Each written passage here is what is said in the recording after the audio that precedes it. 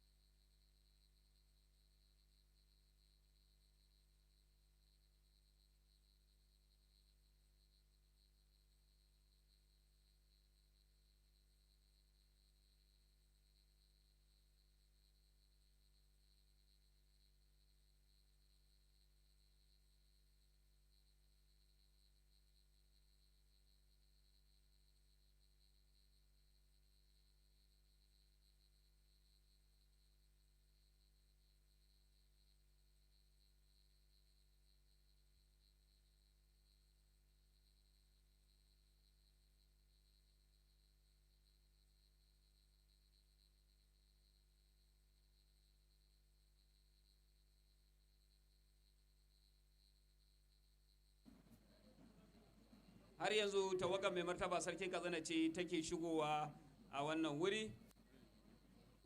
Ga abokin aiki na Abdullahi Aliyu Yaraduwa zai ci gaba daga inda muka tsaya na tawagar mai martaba sarkin Katsina. To alhamdulillah wa sallallahu ala nabiyil karim sayyidina Muhammad wa ala alihi wa sahbihi ajma'in wa ba'd.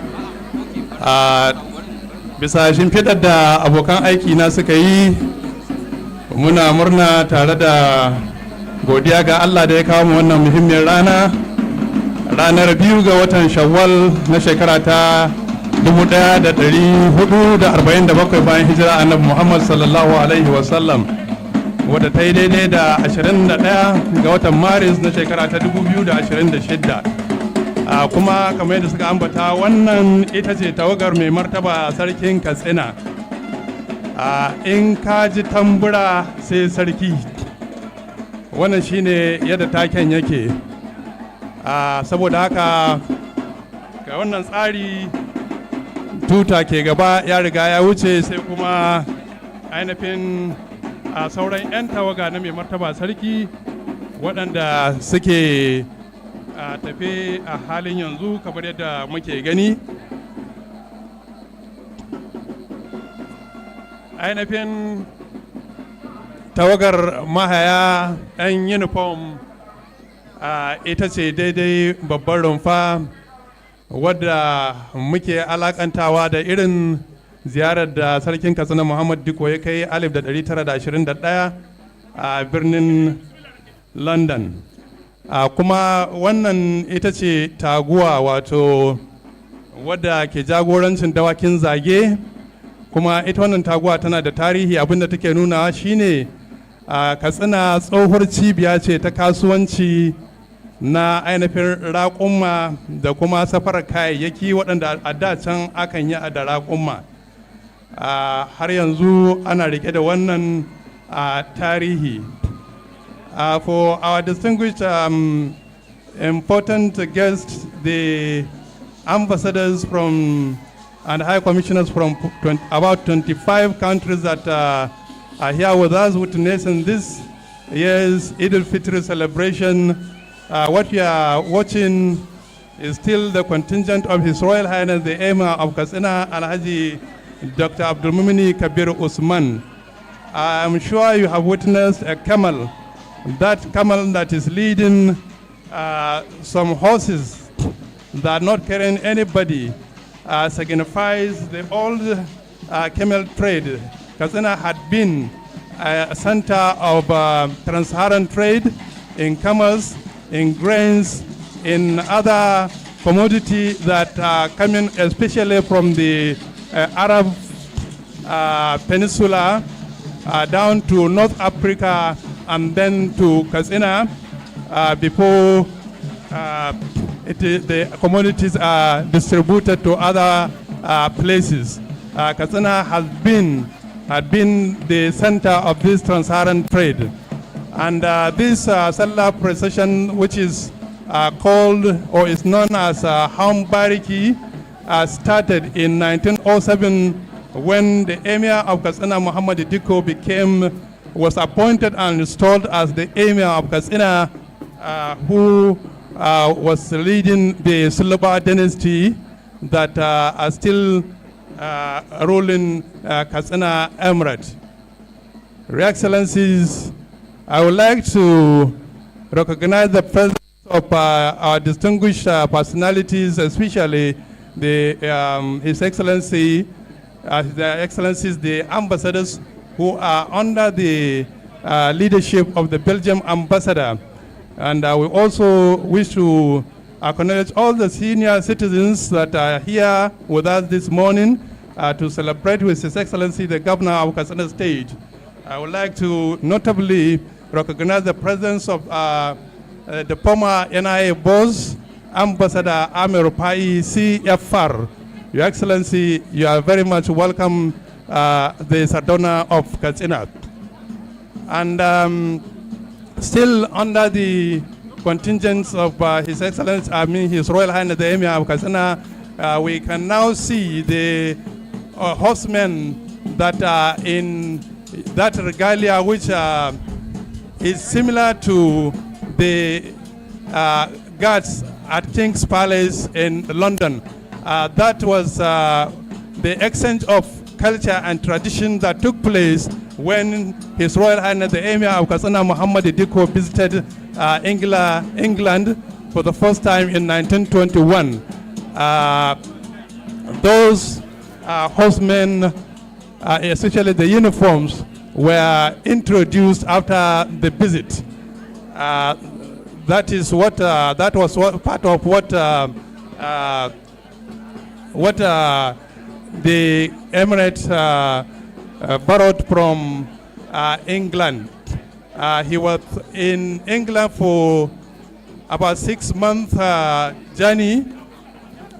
The journey that started from here to Kano through train to Kaduna, Ibadan, Lagos, and then they went through the sea up to Liverpool, and he was received by King George V of England.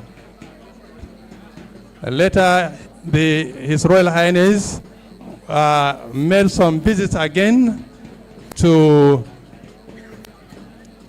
England, which made him the first and ever Emir from northern Nigeria to visit that country.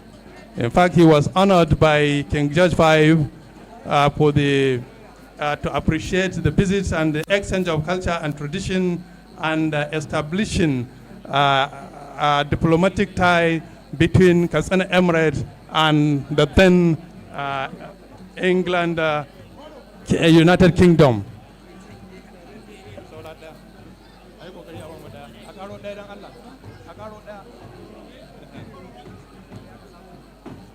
To kamar yadda muke ce maku in kaji tambari sai sarki, His Royal Highness the Emir of Katsina, Alhaji Dr. Abdul Mumini Kabir Usman CFR, the Chancellor, Federal University of Ilorin, is being ushered in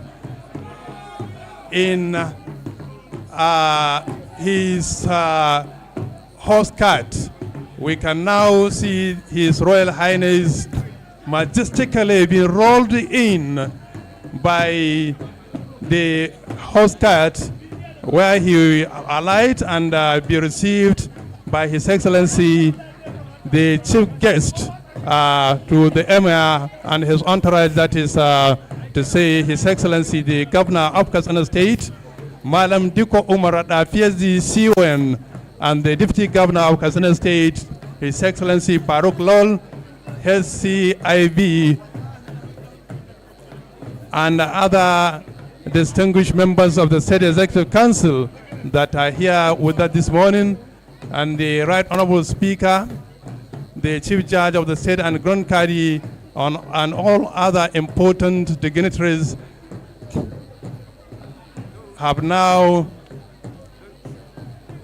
risen to receive the Emir of Katsina. As the tradition, now we give way to the palace guards, the NSLK, the Nkwalkwali, and the Hidda, then the council members that are still at the gate of this Said Barda's house. So the Emir has alighted from the from the horse cart, and then he has been graciously received by His Excellency, the the Governor of Katsina State, Malam Diko Umar Radda.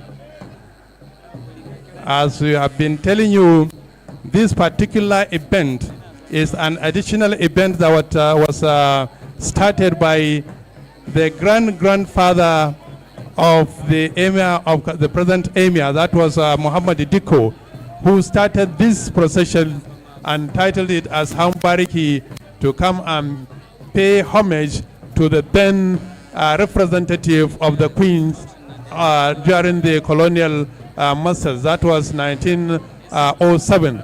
And since then, annually, this event has been taking place up to this moment. And it was on this note, His Excellency, the Governor of Katsina State, who also is a royal, came from the royal family, pledges to enhance this activity. And since he came into leadership of this state, we have been witnessing various reforms that are always enhancing the procession, the Sallah activities in Katsina State.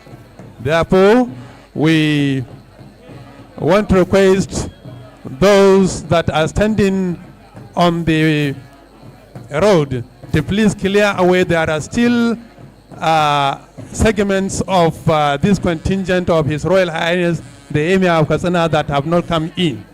But after the tambura are these drummers that are beating drums. The drums are called tambari. So each camel is carrying 2 tambaris, and the second tambura is leading these camel, the men that are beating the drums. And these drums are only played for Emir in the whole Hausa land. Wherever you see this kind of drums are being played, then there must be an Emir around. That is the Hausa saying, in Kaji Tambura say Sarki. That means whenever you hear this kind of music, that signifies the Emir is either approaching or he has been around. So today we are thanking God Almighty that His Royal Highness the Emir of Katsina has arrived safely, and we wish him good health. And then the NSLK, the palace guards, you can see the kind of regalia they are wearing, and the warriors, they are the warriors in those days. And after the regalia they are wearing, the attire they are wearing, you can see there is a metal or chain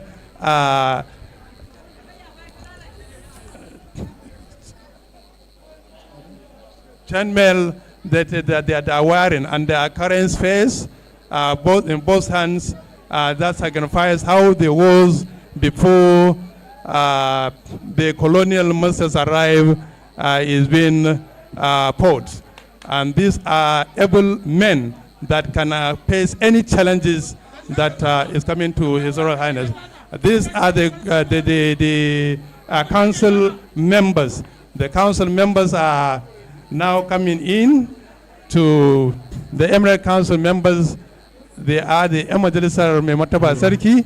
They are coming in and they are paying their homage to the His Excellency, the Governor of the state. And then the Nkwalkwali, they are also another team of guards, warriors. The El-Hidda will be following immediately or closely to the Nsilki. And these are also able men, warriors ever ready to protect the Emir and the Emirate whenever enemies are waging any attack against the Emirate or the Emir. This is the arrangement that had been before the modern administration was ushered in precisely 1804 after the jihad of Sheikh Usman Danfodio. And then, as we all know, our distinguished guests, after these, the kingmakers of the Emirate will now be led by the chairman of the kingmakers, the senior district heads, the Garin Katsina, the Entakan Katsina, the Galadiman Katsina, and Dripping Katsina will now come and pay their homage to His Excellency, the Governor of Katsina State, and then welcome His Royal Highness, the Emir of Katsina. The Garin Katsina, Alhaji Aminu Abdul Qadir, is leading the district head of Rimi. Then the Endakan Katsina, Alhaji Sada Muhammad Sada, the district head of Dusemma, followed by the Galadiman Katsina, district head of Malumfashi, Justice Sadiq Abdullahi Mahuta, OFR, and then the Durpin Katsina, Alhaji Umar Babani Isa, district head of Mani. And after the kingmakers, then the senior council members will also go and pay their homage and welcome His Royal Highness, the Emir of Katsina, that they had been on the ground making all necessary preparations to receive His Royal Highness, the Emir. And after the exchange of pleasantries, we will then invite His Honorable Grand Kadi of Katsina State to open this occasion with a prayer, and then we request His Royal Highness, the Emir of Katsina, to present his address, which will be later responded by His Excellency, the Governor of Katsina State, Malam Diko Umar Ada PSG CON. We hope after exchange of pleasantries, people will now give way for other activities that have been lined. اللهم صل على محمد Now the Grand Kadi وعلى آل محمد وارحم محمد وآل محمد وبارك على محمد وعلى آل محمد كما صليت ورحمت وباركت على إبراهيم وعلى آل إبراهيم في العالمين إنك حميد مجيد. اللهم يا حيا حين لا حي ويا حيا قبل كل حي ويا حيا بعد كل حي ويا حيا يوم لا حي. Muna godiya da ka sake kawo mu wannan shekara ka sake tara mu a wannan wuri mai albarka don bayyanar da murnar mu da farin cikin mu bisa kammala azumin Ramadan da yin sallar fidiri wato sallar karamar sallah. Allahumma taqabbal salatana wa siyamana wa ruku'ana wa sujudana wa qu'udana wa tadarru'ana wa taqashshu'ana wa ta'abbudana wa tammim taqsirana ya rabbal alamin. Muna roƙon Allah madaukakin sarki yayi jagoranci ga shugabanninmu wa ala ra'asihim mai girma gwamna Dr. Diko Umar Radda. Allahumma khuz bina wasihim Allahumma khuz bina wasihim wa waffiqhum lima tuhibbu wa tarda. Allahumma arzuqhum bidanatan salihah nasihatan tu'inuhum ala alqirri wal birri wat taqwa. Mai martaba sarki muna addu'a Allah ya ƙara masa lahiya, tausayi da imani. Allah ya kare shi da mukarrabansa da hakimansa daga dukkan fitinu na kusa da na nesa, waɗanda muka sani da waɗanda ba mu sani ba.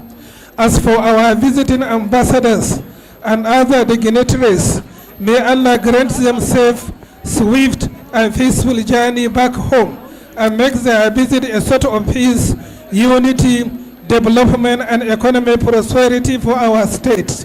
نسألك اللهم يسرا ليس بعده عسر وغنى ليس بعده فقر وأمنا ليس بعده خوف برحمتك يا أرحم الراحمين يا رب العالمين.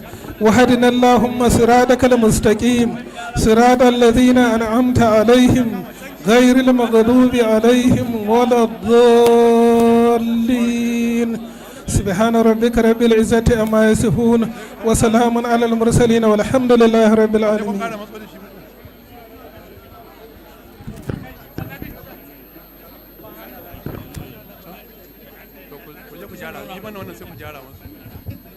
That has been the opening prayer offered by Honorable Grand Kadi of Katsina State, Professor Mohammed Kabir Abubakar. And then we would like to once again appeal to those that are still standing on this road to please give way, to congest that area where His Excellency is sitting with his important guests. Please let us have a clear view of what has been taking place today at this Eidu Barda house, the usual venue for the Hawan Bariki. The security men, we thank you for your efforts, all that you have been putting together in place to see that this celebration goes hitch-free. But then we request you to also decongest. You can separate yourselves across so that you will not be blocking the spectators of this very important event. And even our colleagues, the cameramen, please, you can separate so that you will not be blocking those behind you that are here purposely to watch live what is taking place here. So we are once again appealing to all spectators and all that are officials of managing this activity to please try and decongest the place so that everyone and all will have a clear view of what is going to happen. So when the podium is ready, we will request His Royal Highness the Emir of Katsina to deliver his address. If the man handling the microphones is ready, please let us have your signal before we invite His Royal Highness for the address, please. Sarkin Labarai, if you are ready. It is now my honor and privilege to invite His Royal Highness, the Emir of Katsina, Alhaji Dr. Abdulmumini Kabiru Usman, CFR, the Chancellor Federal University of Ilorin, the 5th Emir of the Silva dynasty, and the 12th Emir of the Plani in Katsina Emirate, to present this year's Eid al-Fitr Hawan Bariki address. Your Royal Highness. Da wannan muke sanar da jama'a cewa za mu gayyaci mai martaba sarkin Katsina, babban bakonmu a wannan rana ta babbar wato ta Hawan Bariki na karamar sallah ta shekara ta 2026, wadda take daidai da 2 ga watan Shawwal na shekara ta 1447 bayan hijira annabi Muhammad sallallahu alaihi wasallam. Mai martaba sarkin Katsina Alhaji Dr. Abdulmumini Kabiru Usman ya fara.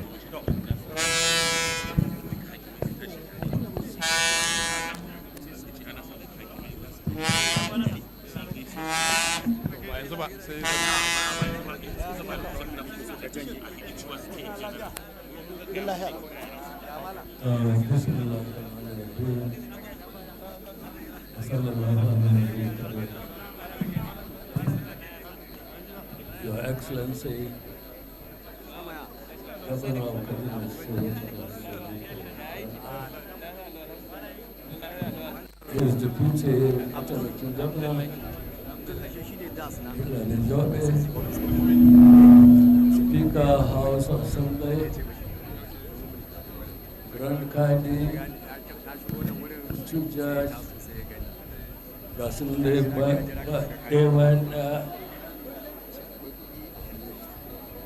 malamai, almajirai, altumaina, 'yan jarida, jama'an tsaro, sauran jama'a maza da mata, assalamu alaikum. Farko ya zama wajibi mu godiya ga Allah subhanahu wa ta'ala wanda ya raya mu ya kawo wannan rana ta ƙarshen watan Ramadan. Na yi rayuwa, kun yi rayuwa, amma gasken magana ban taɓa ganin watan da ya mini sauri ba irin wannan. Kuma dama an hiɗe manzon tsira sallallahu alaihi wasallam ya hiɗe. Lokaci zai zo shekara ta zama wata, wata ya zama kwana, kwana ya zama awa, awa ta zama minti, minti ya zama saka. To gashi mun fara gani, kuma wannan tafiya ta ce take karewa. Ga mai hankali, ulul albab, duk mai haka yana jin haka kuma ya yarda da haka, to sai ya kimtsa. Wannan lokaci sai mun yi hatara kwarai da gaske. Lokacin mu ne muke shanyewa, amma kullum hankalin mu na can wani wuri. Bari in samu, bari in zama, kuma in zan samu zan zama sai na lalata. To wannan shi ne matsalar mu. An riga an gama da mu, amma mu zan tsira sallallahu alaihi wasallama ya zo da Qur'ani ga sahabbai ta zuwa ga waliyai, ba abin da ba ya yi. To idan ba mu azabtu ba, me zai yi ba azabtar da mu wannan lokacin. Mun gani, mu an taɓa, mu mun ci taɓa wai. Saboda haka ina kira ƙwarai don Allah ku ƙara rayuwa. Sa'ad da Allah ya ba mu musulmi, mu zama musulmi. Allah ya ba mu sa'a. Na muna da kyakkyawar rayuwa. muna da gobe insha Allah. To kuma abin farin ciki abin a sha sai gashi muna wasa da addini. Mun zo mun rarrabu, ni dan kaza ne, ni dan wane ne, ni dan wace ce, ni dan wace ce. Kuma cikin Qur'ani ni zai hajjar ban iya duk karatu na, ban ga inda wa'annan aƙidojin suka yi ba. Ban ga ɗariƙa ba, ban ga ɗariƙa ba, ban ga shi'a ba, ban ga jundullahi ba, duk wa'annan abubuwan ban gan su. Amma sai ga shi zamani ya zo ba gani ba dalili. Muna uwa ɗaya uba ɗaya, amma aƙidoji na son zuciya ya zo ya raba mu. To kun ga muna matsala, muna ƙwarar da matsala. Kuma an ce cikin Qur'ani ya ayyuhal ladzina amanu wala tafarraqu, ya ku waɗanda kuka ba da gaskiya kada ku rabu. Idan kuka rabu akwai matsala. Hausawa na cewa sai bango ya tsage kadangare zai shiga, to zuba kadangare ke shiga ba, rakumi ke shiga. Wallahi sai mai hatara. Wannan duniyar ƙarara ce, ko mi ka zama ko mi ka samu. Abinda za ka ce da shi ne za ka yi daga nan, kuma ta ina ta hanyar mutum. Dan ya hidda ya ce wa marar rabin na ya sunan na. Duk wanda ya arziki, duk wanda ya zama wani abu ta hanyar mutum ya zo. To sai yanzu mutum shi ne abin wulakantawa, abin muhuntawa. To duk wanda ya taɓa mutum ya taɓa Allah, ya hidi. Ya ce ka so mutum in sauka, ka taimaki mutum in taimake ka, ka ƙi mutum in ƙi ka. Ta magana ta ƙare. To wannan ya kan wa'azi kenan. Ba littafin da za ka karanta wa yadda yi wa ɗin da wucin nan azin. Wannan kenan. Magana ta biyu, godiya ce zai ga Excellency, ina Kaduna za a yi lancin na Eidu, daga an yi lancin na zakka and waqaf, wanda shi ne aiki na farko da na zama sarki. Faskari na je na kaddamar da wannan abun ya yi man daɗi. Sai ga shi ya zo ya kaddamar ya ba da biliyan 50. To wannan shi ake so ga shugabanci, nuni, yi, aikatawa. Ai ba yadda sai ka aikata, an ga kayi, shi ne magana. Amma na zan yi bayan shi kenan. To akwai tambaya. Ya bada nan take ba da cak ɗin ga ya yi tsawo na. Miliyan 50, wani abu ya man daɗi ƙwarai, saboda aikin da na fara kenan. Ana naɗa na sarki wata na uku, na ce faskari ba abin da ba a tara mu ba, dabbobi, hatsi, kuɗi, wane ne, ni na zo na rarraba su mutane. To sai aka yi shiru. Zakka dole sai aiki ne na Allah. Abubuwa na nan cikinta, idan baka yadda sun aika malamai sun sani. Matsaloli ne, sai ka yadda yin aiki. Hakki ne na Allah, ya ce duk wanda ka yadda ba zai yadda ma. Kuma lokacin da zai yadda ba na tuba, ba bala'in sake, ba gashi, ba kowa da shi kai. To kun ga mana cikin haɗari. Ya kamata musulmi mu ƙara haifarta. Wa'annan guda biyu ciwo ne. Rarrabuwa, rashin zakka, guda kuma rashin zumunci. Yana ɗaya daga cikin abubuwan da muke so dama ƙara tuna mu. Ana nan cikin tabbihun ga afiluna. Za ka ce wajen 'yan uwa ko ɗan uwa, za ka je ziyara. Mala'iku 70,000 ke kanka suna ma addu'a. Ba ce in za ka je masallaci ba, ce in za ka je makabarta ba, amma za ka je mazumbanci. To kuka zumunci babba ne, musa muka rena shi. ai ba ruwa na da waya ne saboda mi ai haka nan na shiga aljanna.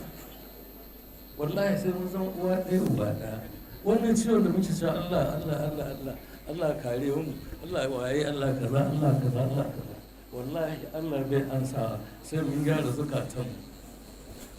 Allah bai ansa baki, Allah bai ansa fuska. Baki ya rake, fuska ce wadara. To ya yi kama sanin abin da ke cikin zuciyarka. To sai aka waye gari yanzu abin da ake ciniki kenan. Ai wane ya yi kaza, wane ya zama kaza, wane ba. A'a ba murna za ka ba sai ka ce ai a gari a ji dai. Maimakon kai murna. Ina roƙa Allah ya arzuta shi kuma sai ya zama duk wanda ke nan da arzikin shi ke zuwa kowane. Saboda haka nake roƙo Allah ƙara hantara. Da excellency muna ƙara godiya wannan abin da kai na zakka manuni ne kuma ni ina ɗaya daga cikin wanda na yi murna kwarai da gaske saboda aikin da na fara kenan.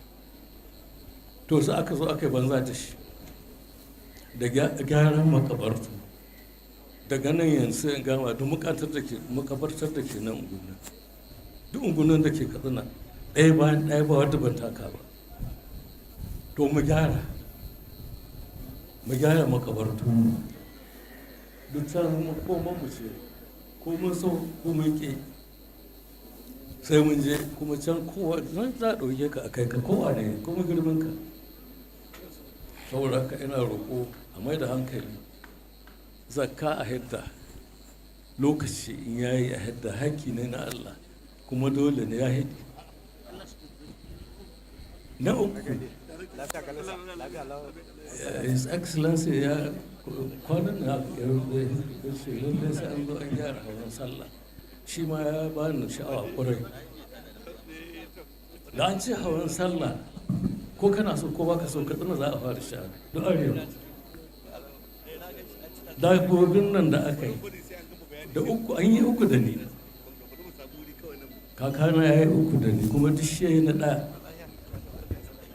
To kuma hakkin sun gaba haka muke. Da an ce hawan sallah Katsina za a ce. To sai ga wani ba Allah ya zo ya kamata kuma ni tuntuni nake ta faɗa zamani ya zo shin muke damun mu komi sai ƙasa yake cewa komi sai ƙasa muke ta yi maimakon mu sama sai ƙasa don mi sai mun tambayi zukatanmu. Doki da aka raina a hau doki a bashi kashi a hau doki tun kare shi na sahi ba a sabka sai kare uku ko tsawon shekare.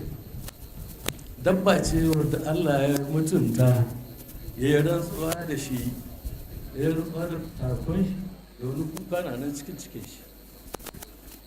Allah na son doki kuma ya ce duk mai kirke doki cikin jin daɗi to Allah zai yawarta shi zai bashi abin da yake nema duniya da lahira. Da wanda azabtar da doki to shi ma sai an azabtar da shi.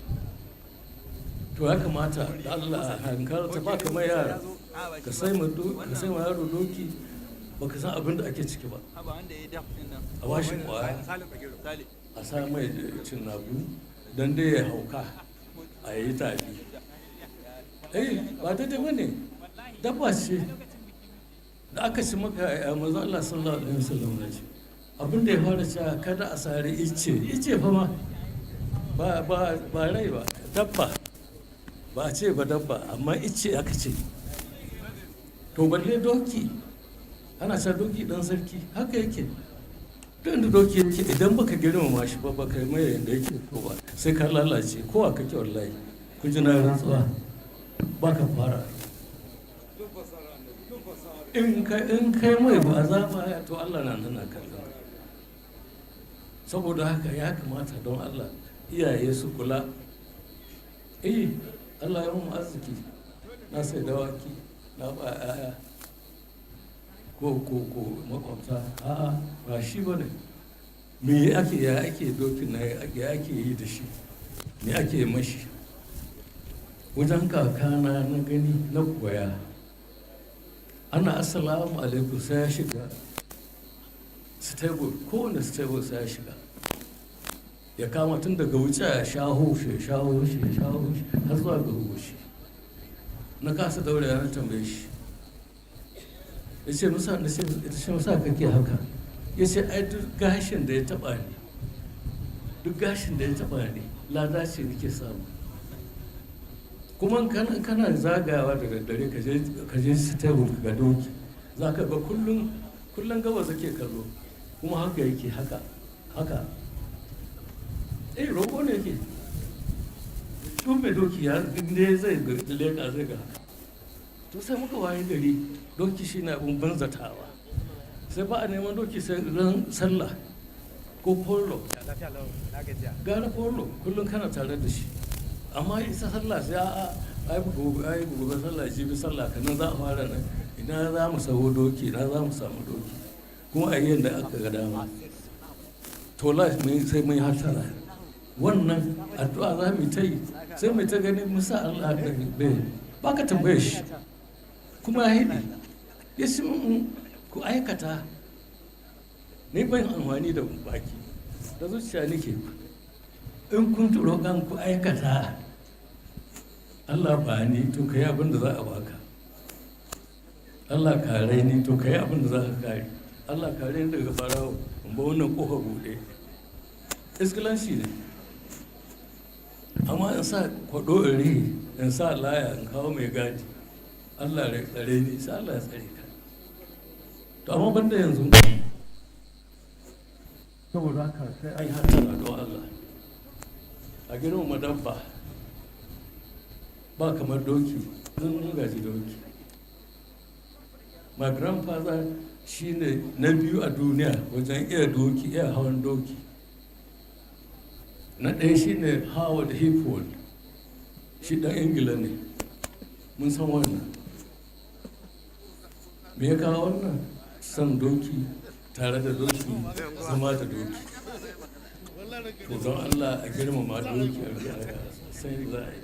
Yanzu ga sallah ta zo sai an nemo, an haya ne a ja a nemo haya, sai kuɗi yanzu kuɗin da ake bada na haya sai ka sai gida da su na da. To ka girmama doki, ka tsare shi, sai Allah ya girmama gidanka, ya tsare ka samu arzikin da baka tsammani, kuma ta inda baka sani ba. To ya kamata a yi hata. Magana ta uku, Your Excellency, yes, aiki da nan ka ɗauko, muna ta ganin hanyoyi cikin gari, wasu 'yan mintoci an gama, wasu kuma 'yan kwanaki, wasu watanni. To muna godiya, amma ba komai ba. Akwai Federal Road, Katsina Kano Road, na yi magana tuntuni, har yanzu an fara an bari, waye ba mu sani ba. Ta malumhashi an fara an bari, waye ba mu sani ba. Rimi windmill shi zai ba mu wuta, idan aka gyara shi Katsina ba ta neman komai wajen kowa. Sun fi za mu kunna wuta ta zo mu, an kasa yin shi. Yau shekara nawa na yi magana har na gaji. Kayi uku kenan, sai na hudu Duka College 80% na shugabannin kasar nan daga wannan college din suka yi su, ko ana so ko ba a so. An fara, ni na neman kwandilar Allah jikin Buhari, gaba na aka yi approval lokacin 7 biliyan aka fara ba aka ce sai an kara ta zama 10 biliyan. To abu ya yi shiru, ba a ce mun buga kuɗi ba, ba ce ga dalilin abu ya tsaya ba. Kuma kai din nan kaje, duk na samu labari, kaje da kanka ka gani da ka ga abin da ke nan. To irin wa'annan abubuwan nake so a rika diba, a rika magana. To ai ya je ya gani, ya gami kenan. To a rika diba kuma a rika magana. shi ne shugabanci. Kuma in kana wannan kana kwanci Allah zai ma aiki, kana bacci. Amma an kai ce ka iya kai ne wani sai ba mai iya sai ni, to ka hau shiga gonar Allah. Allah kaɗai ke bai gajiya, Allah kaɗai ke bai son komai wajen kowa. Amma ka zama low, ka zama na gaza, ni gajiyayye ne, ni mabukaci ne, ya Allah, Allah ka taimake ni, ba ni iyawa. To haka yake so. Amma da ka ce kai ka isa ka iya, to ga kasan ƙasa kowa kake. To wannan abin da kake system ne ka ɗauko mai kyau, wanda dole a yaba maka. Shi sa na gasu na jiruma guda 3 ɗin nan sai ka taɓa su. Kayan zakka na ji daɗi, hanyoyin nan sai ka taɓa su, wani mil da waye colleges da wane ne duk sai ka taɓa su. Ka taɓa abin nan ba naka ba ne, amma kana da iko ka ɗauki fayil ka je wajen shi shugaban ƙasa, ga wani project an fara amma shi an mamu shiru. Ji Katsina Kano road is a small portion, haka ta mulun hashi akwai tsawo, amma duk federal ne. Federal ko wace irin hanya ke ba ta yi. Jikko college in ka ana iya mai da ta university, wuzin sakan sana iya mai da ta university, amma abu ya gaba kuma an ki magana. Yan arewa consultative sun zo na tambaye sun ce yau akwai matsala da yawa. Arewa consultative arewa ce arewa, me aka yi ma arewa, me ake yi ma arewa, yan arewa me kuke yi?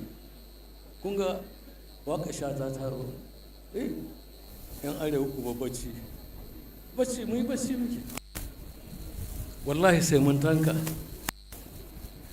Your Excellency, ka ci gaba, mu za mu taimaka ka da shawara where and when necessary. Irin wannan abubuwan shi muka rasa. Zil, kishi ka so ɗan uwanka, an ce ka so abin da kake so ga ɗan uwanka, ka so shi ga kanka.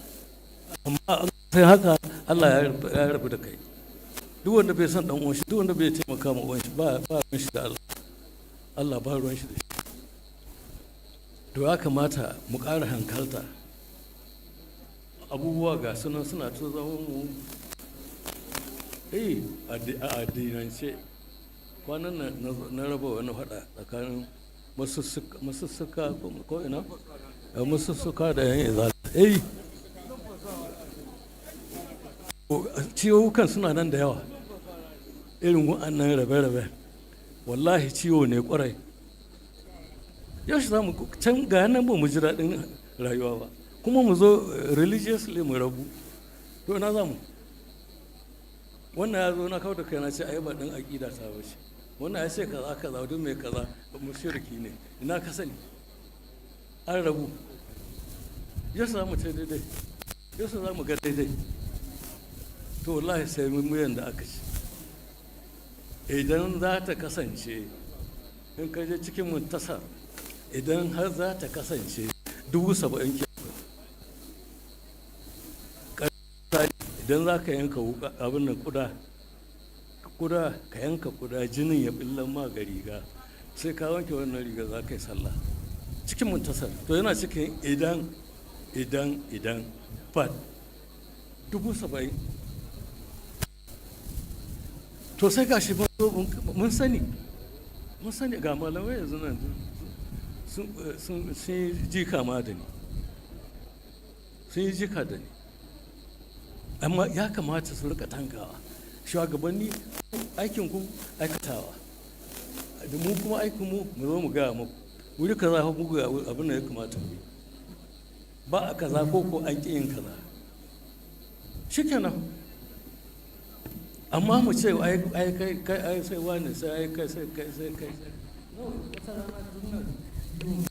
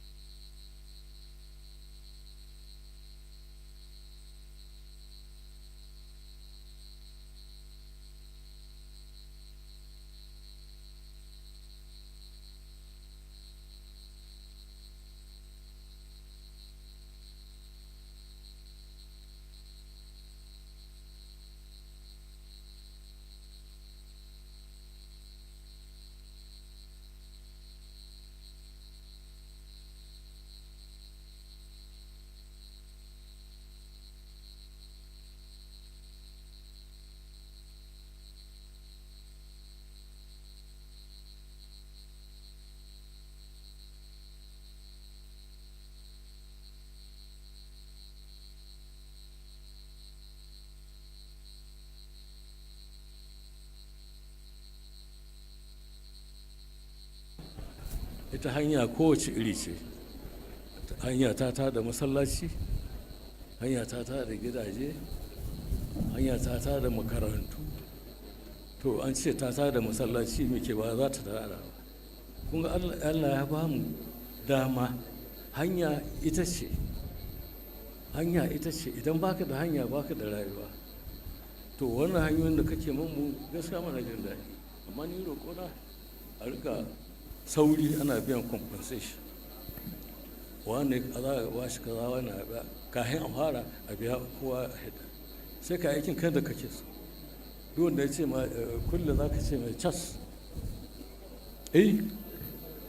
haka yake.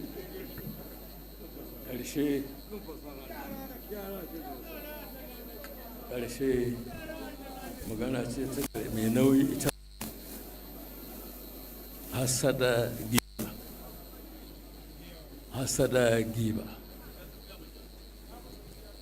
Manzo Allah sallallahu alaihi wasallam ya ce idan ka san kana hasada, idan ka san kana giba, to ka saurara. Da ka daga hannu Allah ba ni, sai a ebo yambu ja, ma'ana mai wuta, a watsa ma ga fuska, a maido ma addu'arka, a maido ma roƙonka. Shi yasa hasara da giba ba su da amfani, tana cinye mu, tana hana motsi, tana tauye mu. To sai mun ƙoƙari wannan son mu da ake, shi yasa aka nuna mu gakkui hasada, gakkui giba. So ne mai son ka shike gama gaskiya. To an gama da mu, an baka ƙur'ani, an baka haddasai, sahabbai sun zo, tabi'una ha aka kai ga waliyyai. To ai an gama da mu. Saboda haka ina kira da Allah ƙara haƙuri.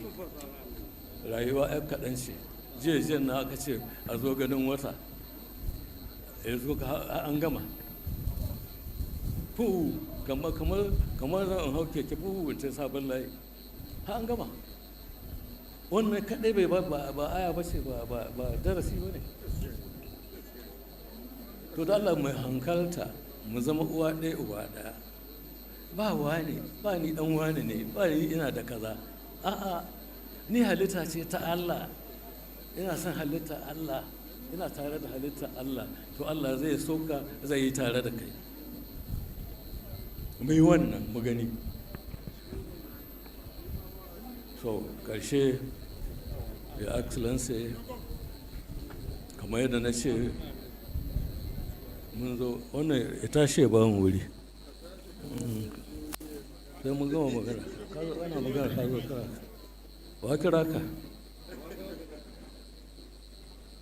Ƙarshe ina roƙo da babban murya don Allah, don annabi, mu kai zuciyarmu nesa. Magana kwaɗai babata, ana shi Bahaushe na cewa kwaɗai mabuɗin wahala. To da kayi kwaɗai ka shiga wahala, wallahi. Za ka yi ƙarya, za ka yi manahinci, za ka yi giba, za ka yi hasada. Kun ga ashe mugun abu ne. Allah ba ni kwana ɗaya, Allah ba ni ba ka yi samun ba. Sai ka haƙuri, Allah kai ke ba da na haƙura. Kana nan sai ya ma kyautar da baka tsammani. To amma yanzu sai a ce wai sai na samun nan sai na je na durƙusa, na zo na gaban gwamna, ai kai hatara da wani na ya sa sai ga bayanka. Kullum sai an ga bayan shi, ni ma nan kullum sai an ga bayana. Me aka yi, ya mutu ko na mutu. To wannan ba a tabi'a ba ce. Wallahi wani rami ne muke shiga da kanmu muka gina shi, kuma muna shiga da sauri, saboda mu hajje zuma mu hankalta ba. Hankalta kau mu gano a'a wannan kuskure ne, wannan abin da muke ba daidai ba ne, a koma wajen Allah completely. Shi bai amfani da huska, bai amfani da baki ya karya, huska ta yaudara. Amma abin da ke cikin zuciya shi kenan ba ya yi kama suna abin da ke ciki. to roƙona kenan mu kauda hagu ana man mu kirari wai katsananci za ka yi mana wai bakin ciki za ka yi mana ta kun ga wannan wani abu ne wani bala'i na ba da daɗin ma hidi bai da daɗin hidi ka taimaka Allah na son mai taimako Allah na son mai tarayya to mai kokari mu kwatanta mu gani muna kwanci Allah zai wa mu aiki da wannan ne ya excellency kamar yadda al'ada ta tanada muka zo ma barka da shan ruwa kamar yadda aka saba duk ƙarshen Ramadan to yau ga Allah ya kawo mu kuma na ji daɗin yadda na ga mutane kuma na ƙara jin daɗin da gyare-gyaren da kawo kan hanya har zuwa nan to wannan iko ne Allah ya baka to ka amfani da shi in ne rantsuwa ba da kafara wallahi da ya kubce ma to can mata kubce ma wanda ba mu mata ka yi fi sabilillahi ba don Allah ba don Allah ba kai ba don mutum ba ba don mutum ba sai don Allah bari in yi don Allah amma ka tashi bari ka bari don Allah to shine mutum shine shugabanci amma akasin haka wahalar da za mu shiga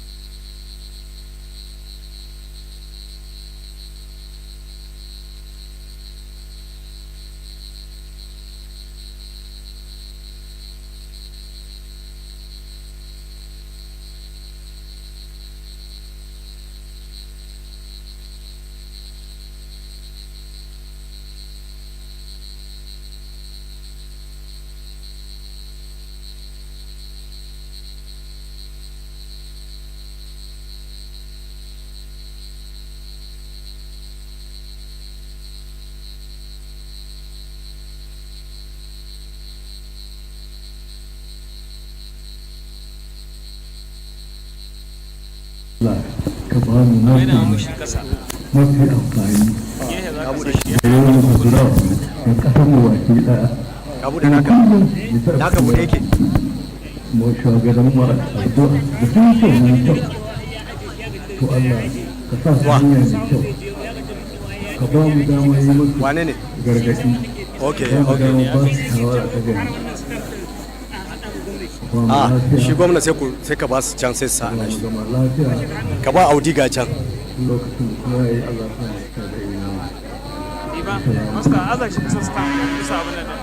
amin wa alaikum salam. Jawabin mai martaba sarkin Katsina Alhaji Dr. Abdulmumin Kabir Usman Siyafar a wannan rana mai albarka, rana mai tarihi, ranar da mai martaba sarki ya zo farfajiyar wannan gida domin yin barka da shan ruwa, barka da sallah tare da gaisuwar sallah ga mai girma gwamnan jihar Katsina a wannan biki na tarihi da ake a duk shekara a lokaci irin wannan.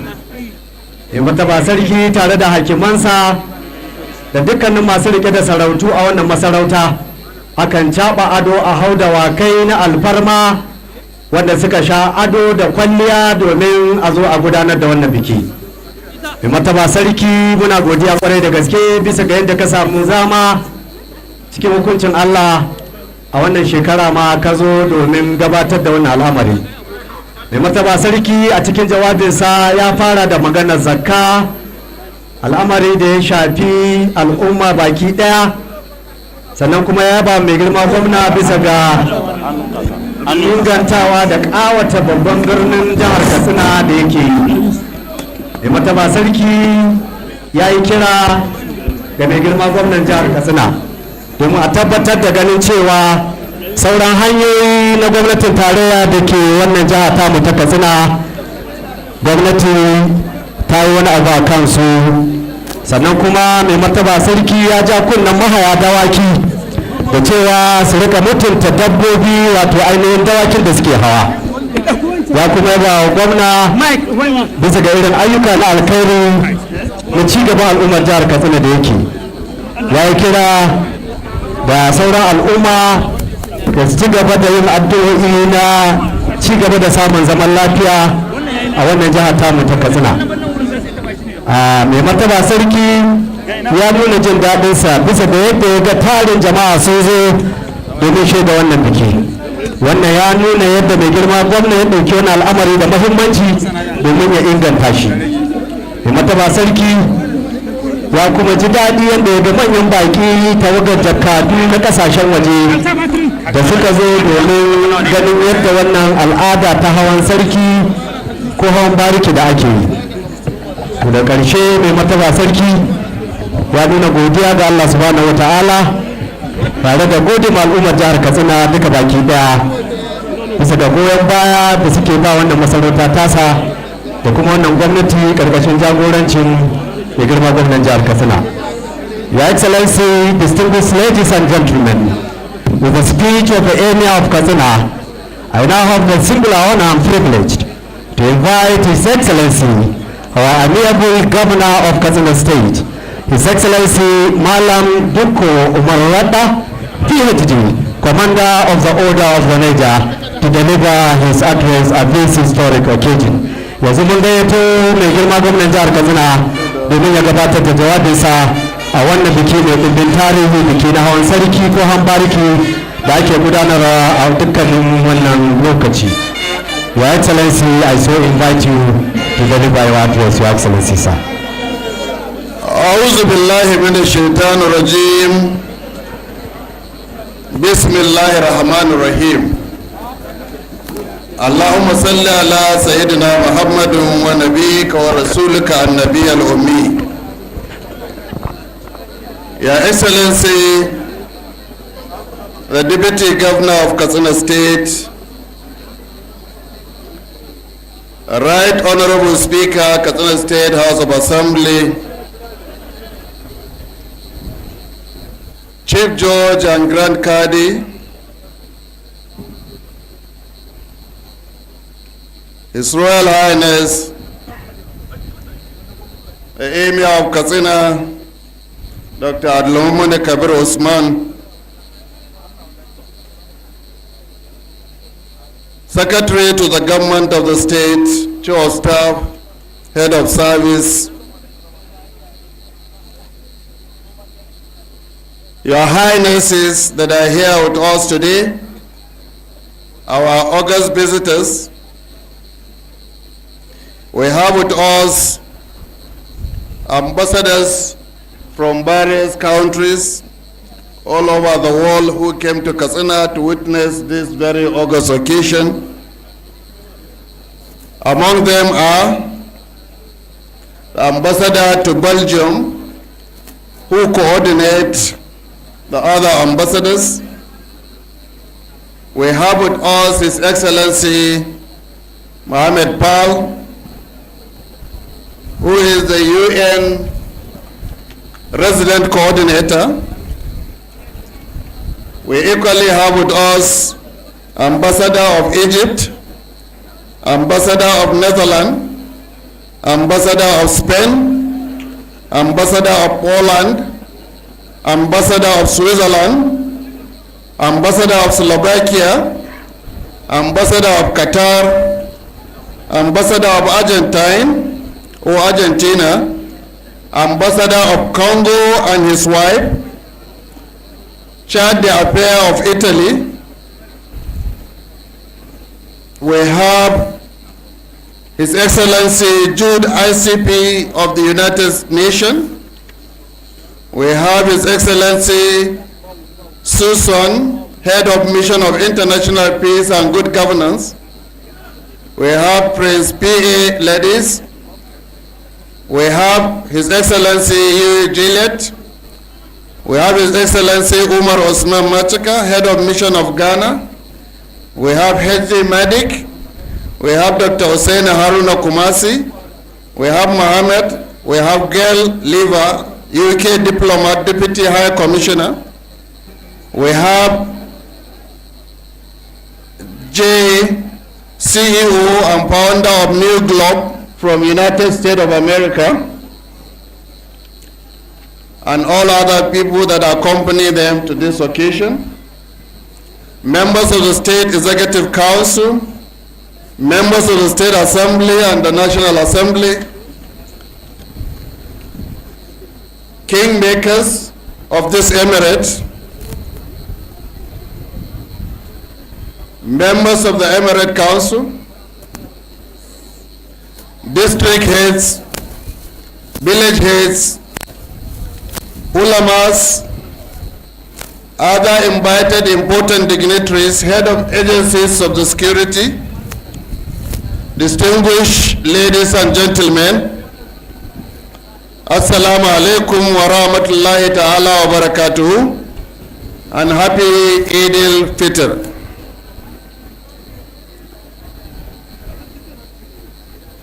On this blessed day of Eid al-Fitr, as we gather in the enduring tradition of Hawan Sallah Kai, or known as Hawan Bariki, I give thanks to Almighty Allah, who in His infinite mercy granted us the grace to witness the completion of the month of Ramadan and the joy of this Eid celebration. May He accept our fasting and our praise and our charity and our supplications. May He purify our hearts and strengthen our faith, preserve peace in our homes and communities and our dear state Katsina. Today is not just a day of celebration, it is also a day of reflection. It is a day that reminds us that leadership is a trust, that power is a responsibility, and that public service must always be measured by impact it has on the lives of its people. Hawan Sallah Kai is more than a ceremony. It is a living expression of our history, our identity, and our shared covenant between leadership, tradition, and the people. It is a moment that calls us back to the values that define us as people: faith, honor, compassion, courage, and service. As we mark this occasion, I stand before you with humility and gratitude to Almighty Allah, because every achievement we celebrate today has been made possible first by the mercy of Allah, and then by the prayers, patience, sacrifice, steadfast support of our people. Because despite the burdens of the times, the people of Katsina State has remained resilient, dignified, and hopeful. My dear brothers and sisters, Your Royal Highness, the holy month of Ramadan has once again taught us that endurance brings reward, sacrifice purifies the soul, and discipline strengthens our character. These lessons are not meant for Ramadan alone. They are principles for governance, they are principles for citizenship, they are principles for nation building. If we carry the spirit of Ramadan into our public life, into our institutions, into our dealing with one another, then we will build not only a stronger communities, but a more just and prosperous society. Over the past period, our administration has remained guided by the simple but solemn commitment to protect the people, to restore the confidence in public institutions, to invest in human dignity, and to lay a firm foundation for a long-lasting development. We have approached this duty not as custodians of power, but as servants to the people. In the area of security, we have continued to pursue both kinetic and non-kinetic strategies, because we understand that challenges of insecurity cannot be solved by force alone. Security is not only about weapons and deployment of weapons. It is also about trust, intelligence, community ownership, and moral authority. That is why we established Katsina Community Watch Corps to strengthen the grassroots vigilante and local responsible mechanism. That is why we engage ward heads, village heads, clerics and community leaders and supported them with stipend so they can continue to serve as anchors of peace, voices of conscience, custodian of social stability. That is why we encourage community-led peace initiative in affected areas, recognizing that communities themselves must be empowered to become active partners in securing their future. Our community development program has also set a new benchmark for inclusive governance and participatory budgeting. Our 2026 budget was built entirely on community needs assessment to ensure that we have provided our people with that they say they need in order to prioritize what they have presented. Our community development funds of over 10 million naira for each of the 361 communities has allowed our community level committees to solve many problems that will have gone unsolved by government. Reducing ungoverned spaces is at the core of our governance strategy. By the grace of Allah, this effort has contributed to the substantially reducing the level of insecurity in many of our communities. We do, however, acknowledge that deep concern and recent insurgents of attack in some areas. Let me assure our people that we are fully alert of this challenge and fully committed to confronting it squarely. Our local security communities, traditional institutions, security agencies are intensifying their coordination and response. We will not surrender our communities to fear. We will not abandon our people to violence. We will continue to do everything within our power to restore peace, protect lives, and uphold the sanctity of every community in Katsina State. Development must be visible in the daily life of our people. It must be seen in road they travel, water they drink, the school their children attend, and hospitals they rarely open. The opportunities available to them. That is why our administration has continued to invest in infrastructure as a foundation of growth, mobility, inclusion, and dignity. We completed and commissioned many roads in Katsina State, as mentioned by His Royal Highness. We undertook the dualization of major township roads in Katsina, Funtua, and Daura, and very soon we'll start Malamfashi Urban renewal, improving traffic flow, safety, and urban functionality in two of our most important centers. Beyond the major town roads that we are building, we have extended to the communities whose voices are very unheard. We are in the process, and we are on the process of building a road of 54 kilometers that starts from Kadanya, coming down to Kunduru, up to Ganwa Yana community of Kuraya district. We are also about to complete a road connecting Sabwa, Mazare, Sayo, and Tasharbao community. In addition, we have rehabilitated 39 kilometers in Gawa, Shargaladus in Gawa Road. These are not merely engineering projects, they are instruments of integration. They reduce isolation and connect farmers to market, connect families to schools and hospitals, open up communities to the promise of economic life.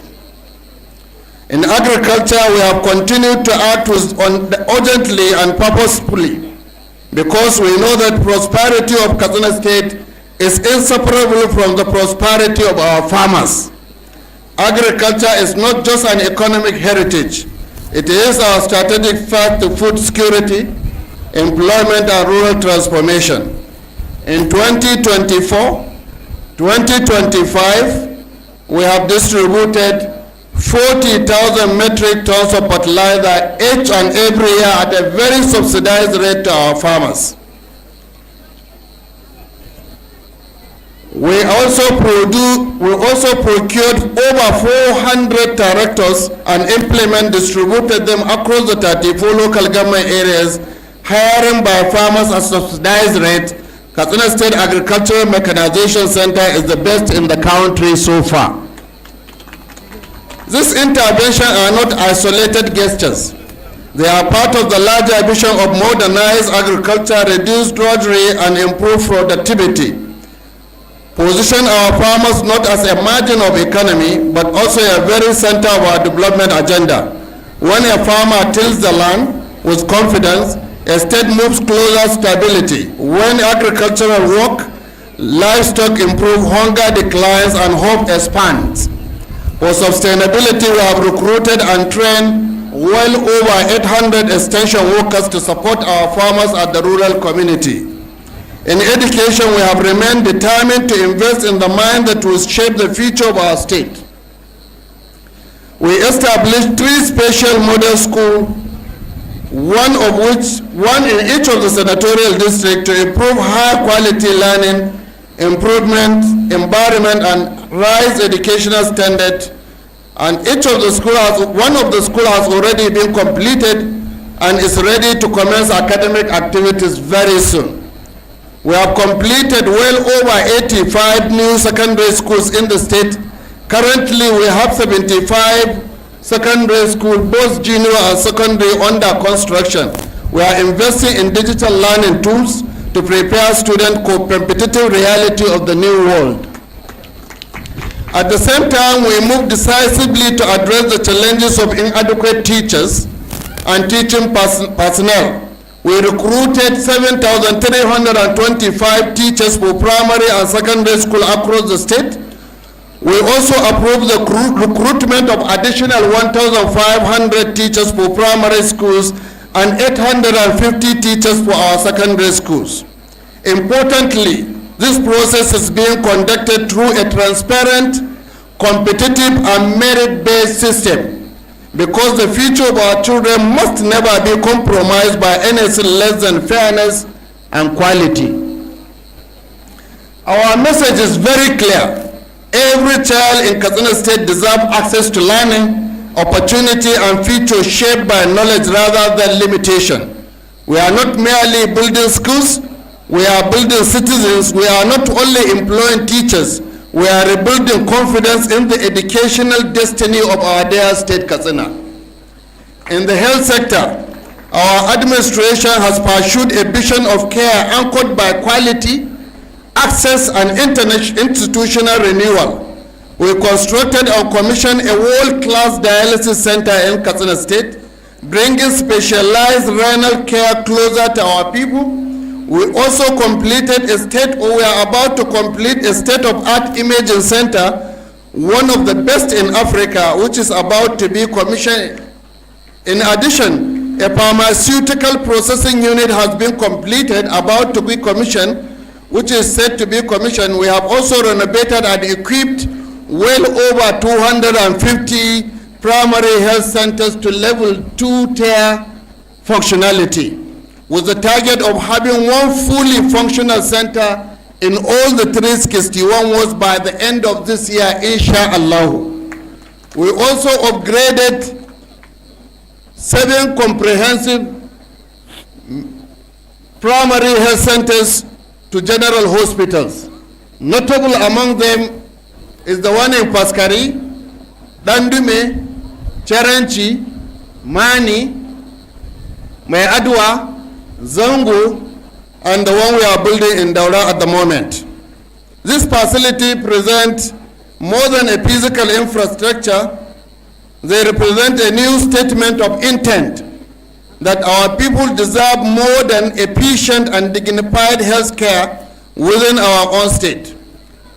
To support this growing health system, we employed 724 personnel for secondary health facilities in the state and 1,020 personnel for primary health facilities.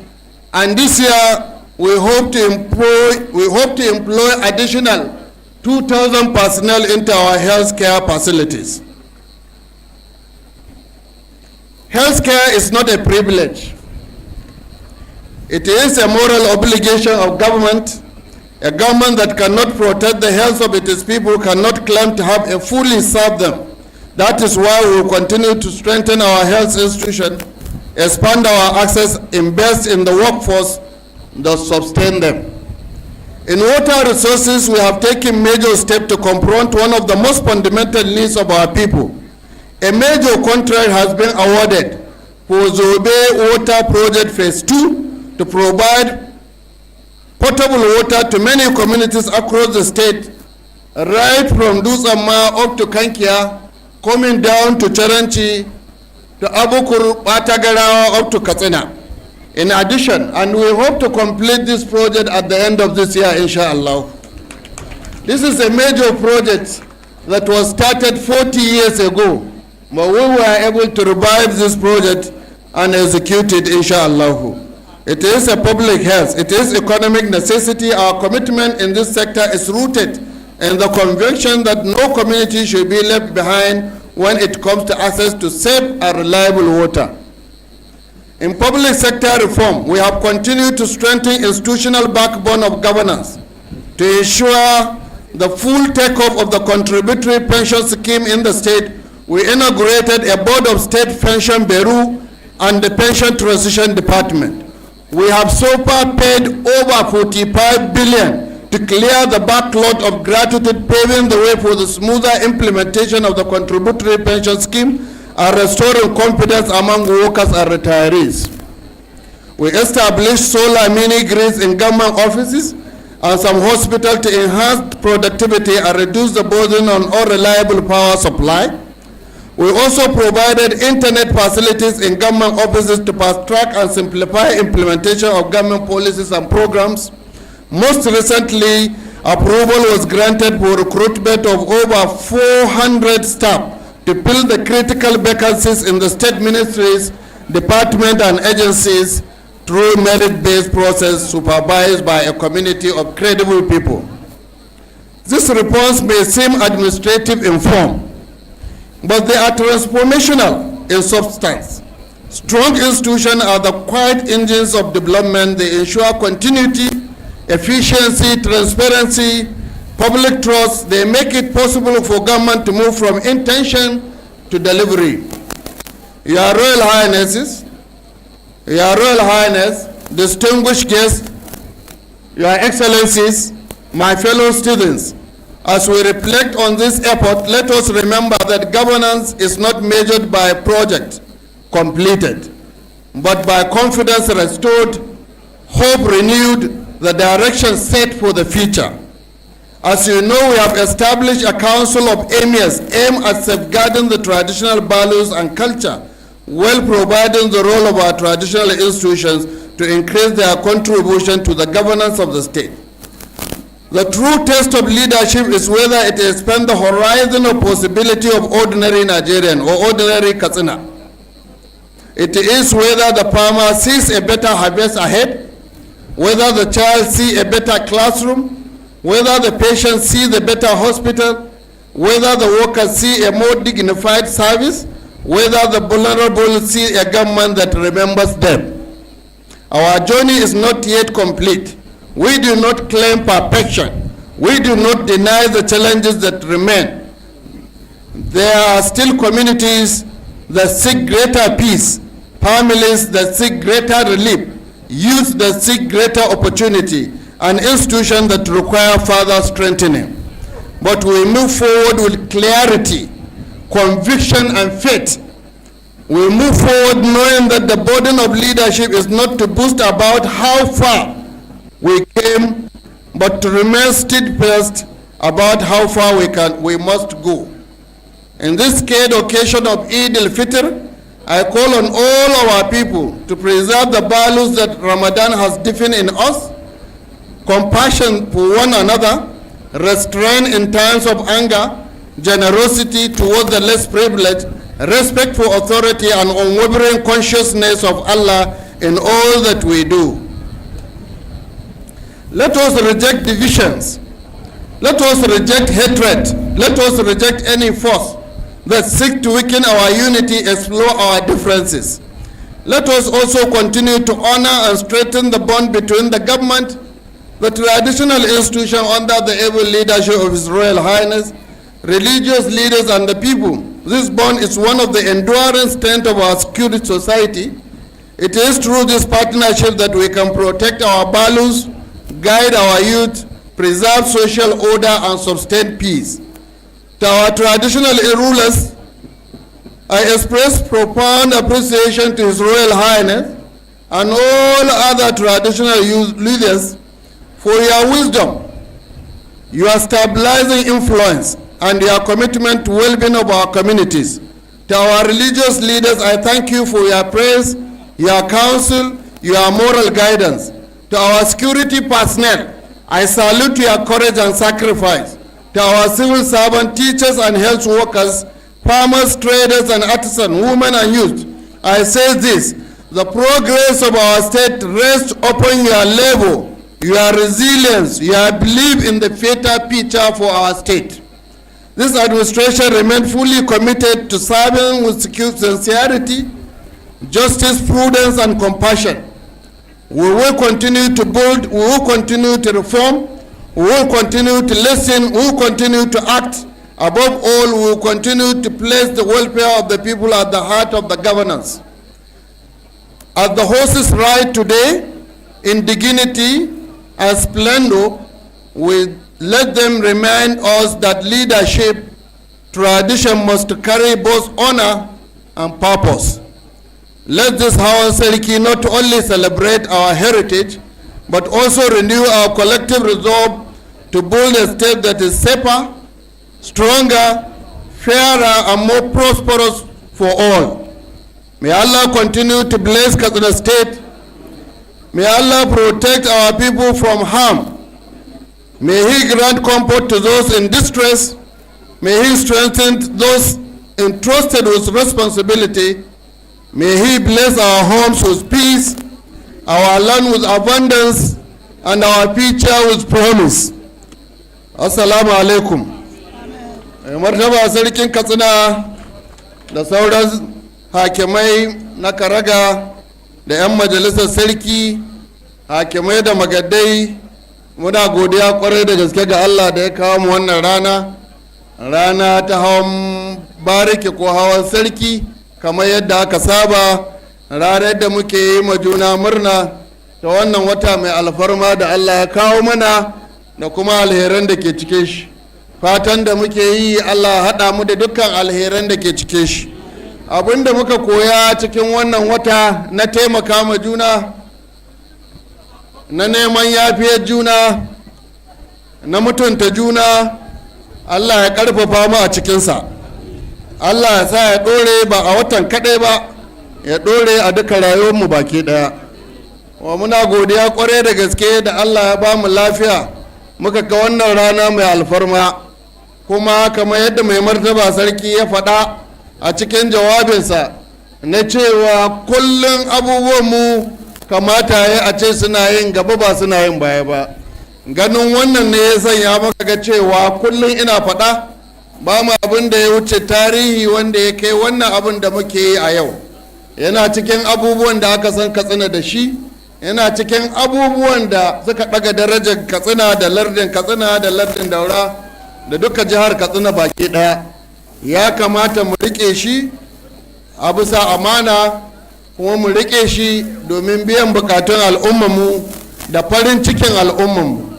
Wannan shine dalilin da ya sa gwamnatin jihar Katsina ta ga akwai bukatuwa na ganin ta shigo cikin yanayin hawan nan, ta ga cewa ta ba da gudunmuwar da za ta bada na ganin an inganta shi, an darata shi, an mutunta shi, an mutunta wa'anda ke yin shi.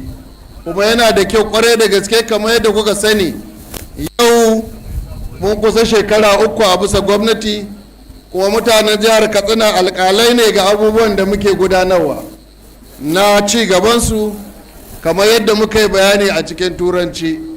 Kusan a duka fannonin da muka yi ma mutane alƙawali a jihar Katsina za mu taɓa, ba ni zaton akwai fannin da ba mu taɓa ba, inda ba mu taɓa ba ma to mun kusa gama shi.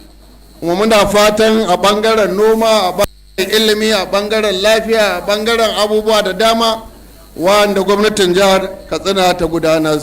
Kwanan nan gwamnatin jihar Katsina ta biya duk wani ma'aikaci da ya aje aiki bashi a jihar Katsina wanda kuɗi suka kai naira biliyan 45 a jihar Katsina. Bayan abubuwa da ake yi na taimaka ma al'umma na kowane ɓangare.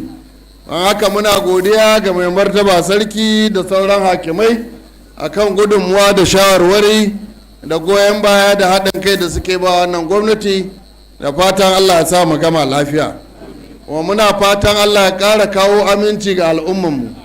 Sanin kowa ne kwanan nan mun samu yan matsaloli na tsaro a wasu wurare wa'anda aka daɗe ba a samu wannan matsalar ba, kamar a ƙasar Jibiya an yi wata 14 ba a kashe ko kaza ba in banda abin da ya faru a kwanan nan, wanda abu ne na bakin ciki, kuma abu ne wanda ya faru, wanda abu ne na rashin jin daɗi, kuma gwamnati na ɗaukar dukkan matakan da ya kamata ta ɗauka na ganin ta kare mutuncin mutane da dukiyoyinsu da rayuwarsu. Muna fatan kamar yadda ake ba da gudunmuwa ba za mu iya kawo ƙarshen matsalar tsaron nan ba sai kowa ya ba da gudunmuwa, sai kowa ya faɗi abin da ya sani. Muna gani, muna ji, muna sane akwai mutane da dama sun san wasu mutane ba su san sana'arsu ba, amma sun ga yadda suke sarrafa kuɗi, amma babu mai magana a wannan ƙasai. Wasu sun ga yadda suke yin rayuwa, amma babu mai magana a wannan ƙasai, saboda kar a ce kayi kaza ko kayi kaza. Amma abin da nake sanar da mutane shine Allah ba zai bar mu ba idan muka san ga abin da zai cutar da al'umma ba mu faɗa ma hukuma ba. Muna da haƙƙi dukkanmu na ganin cewa mun taimaka. Allah ya kawo mana wannan tsaro domin shi ke da shi. Allah ya kawo mana ci gaba domin Allah ke da ci gaba. Allah ya kawo mana bunƙasar tattalin arziki domin shi ke da bunƙasar tattalin arziki. Muna ma mahaya fatan alheri. Allah ya sa a hau a sauka lafiya. Allah ya ƙara maimaita mana cikin aminci da lafiya da zaman lafiya. Allah ya ƙara ma Katsina albarka. Allah ya ƙara mutanen Katsina arziki. Mu kuma da muke shugabanta al'umma, Allah ya ƙara mana imani da tausayin talakawa a zukatanmu. Allah ya sa mai martaba sarki ya koma gida cikin aminci da sauran mahaya, sauran mutane al'umma jihar Katsina baki ɗaya. A madadina da gwamnatin jihar Katsina muna yi maku barka da sallah, muna yi maku fata alheri, muna fatan Allah ya nuna mana baɗin baɗaɗa cikin lafiya da zaman lafiya da kwanciyar hankali. Ranar da Allah ya ɗauki rayuwarmu kuma Allah ya sa mu cika da imani. Allah Ubangiji ya ba mu kyakkyawan sakamako kuma ya haɗa mu da Ubangiji cikin aminci. Muna yi kowa fata alheri. Baƙinmu da suka zo ambasadoji guda 17 a jihar Katsina a yau domin su ga hawan sallah na jihar Katsina, su ga hawan sallah na mai martaba sarki, kamar yadda guda 10 suka zo a bara. Yau mun samu ƙari, kuma in Allah da jihar Katsina za ta ci gaba da bunƙasa a wannan bangaren, kuma za mu ci gaba da gayyato mutane domin su shaida abubuwan da ke faruwa a Katsina, su ga al'adarmu, su ga kalcanmu, su ga abubuwanmu na alheri da muke da su a Katsina, kuma su san cewa Katsina wuri ne mai tarihi. Tun kafin zuwan Bature muke da tarihi, muke da hanya ta kasuwanci, muke da hanya ta mulki, muke da hanya ta duk abubuwan da ake zaton akwai shi, kuma muka suka iske mu cikin suturanmu, cikin gatanmu, cikin addininmu. Muna godiya ga Allah da ya bamu wannan damar. Muna godiya, Allah sa alheri. Assalamu alaikum wa rahmatullahi ta'ala wa barakatuhu. Amin wa alaikum salam wa rahmatullahi ta'ala wa barakatuhu. An saurari jawabin mai girma gwamnan jihar Katsina Malam Dukko Umar Radda, PhD, CON, a wannan biki mai ɗimbin tarihi, biki na al'ada, biki na hawan sarki da ake gudanarwa a kowane lokaci irin wannan. A wannan rana ta yau, bikin ƙaramar sallah, ranar 2 ga watan Shawwal, hijira ta 1447. A lokacin da mai martaba sarki kan zo wannan gida domin kai gaisuwa ta sallah tare da barka da shan ruwa ga mai girma gwamnan jihar Katsina. To bisa ga wannan jawabi na mai girma gwamna, kamar yadda ya yi shi cikin harshen turanci kuma ya fassara a cikin harshen hausa, jawabi ne wanda ya taɓo abubuwa da dama da wannan gwamnati take yi ƙarƙashin jagorancinsa. Mai girma gwamna, kamar yadda ya nuna na jin daɗinsa da farin cikinsa game da kammala wannan ibada ta azumin watan Ramadan, ya kuma bayyana cewa gwamnati dukkanin irin abubuwan da ta alƙawarta za ta yi domin ci gaba al'ummar jihar Katsina, wasunsu ta riga ta kammala su, wasunsu tana cikin yin su, wasunsu kuma ana dab da yin su insha Allah. Akwai ayyukan gina hanyoyi a cikin babban birnin jihar Katsina, akwai ayyuka da ake na gina hanyoyi a manyan birane na jihar Katsina da kuma wasu hanyoyi a wasu sassa na faɗin jihar Katsina. Mai girma gwamna ya yi magana a ɓangaren ilimi, inda ya bayyana cewa gwamnati ta kashe makudan kuɗaɗe domin bunƙasa harkar ilimi a jihar Katsina, musamman ma gina wasu makarantu na musamman guda 3 domin 'ya'yan al'umma waɗanda suke da hazaƙa a makarantu. To a halin yanzu abin da za mu gani shine ainihin hakiman Karaga wanda za su je domin su yi gaisuwa, su nemi umarni na cewa za su je su yi hawa. To a daidai lokacin da hakiman Karaga suka zo domin yin wannan, ana buƙatar dukkanin hakimai su miƙe su biyo layi domin su ma su zo su yi gaisuwa, su ɗauki umarni ga mai martaba sarki domin a je a hawa. Wannan shine tsari wanda ake so a yi domin a yi shi cikin sauƙi kuma cikin kan lokaci, ganin cewa rana ta fara ɗagawa. Muna buƙatar dukkanin hakimai da sun ji wannan sanarwa kafin a ainihin fara ainihin yin wannan gaisuwa to su zama cikin shiri. Akwai sanarwa ta musamman da abokin aiki na Abdullahi Ali Yaraduwa a yanzu aka sanar da shi cewa ya sanar, saboda haka zan mika abun magana gare shi.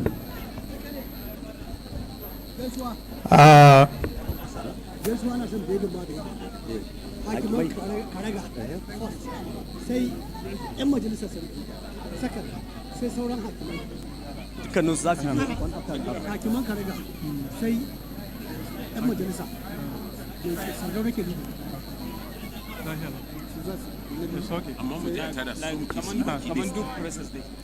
Thank you, Sani Balakabomo, and Your Excellency, the Governor of Katsina State, Your Excellencies, the Emir of Katsina, and other distinguished personalities, other spectators that are here. We are aware that today, this year's Sallah celebrations is unique because His Excellency the Governor of Katsina State has received about 25 ambassadors and members of High Commission from 25 countries. Therefore, before the procession starts, we would like to call on the ambassadors one after the other to rise for special recognition. I will like to start with the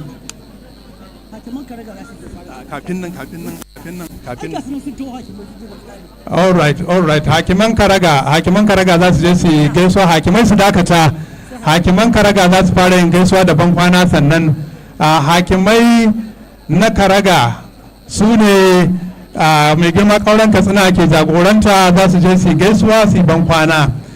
Bayan su kuma sai 'yan majalisa na mai martaba sarki waɗanda su kuma sardaunan Katsina, His Excellency Ambassador Ahmed Rufa'i CFR shi ke jagoranta su, za su je su gaisuwa da ban kwana. Sannan sai sauran hakimai su zo baki daya. Wannan shine tsarin da aka sanar da mu zai gudana. Hakiman Karaga su da farko, the Kingmakers led by the district head of Rini Kauran Katsina, Aminu Nuhu Abdulkadir. He will be leading the Kingmakers, the senior council members, senior district heads. Then will be followed by the council members they will be led by the Sardona of Katsina, His Excellency Ambassador Hawan Bariki Kai Tsaye. Then other district heads will come in group and pay their last homage on this particular event. Then they take their leave and join their contingents to start the procession as scheduled. But now, as I'm saying, Katsina is celebrating this event uniquely because of the presence of ambassadors and high commissioners from 25 countries. So it is my honor and privilege to call on their excellencies, the ambassadors, one after the other, to rise for recognition. So I would like to start by...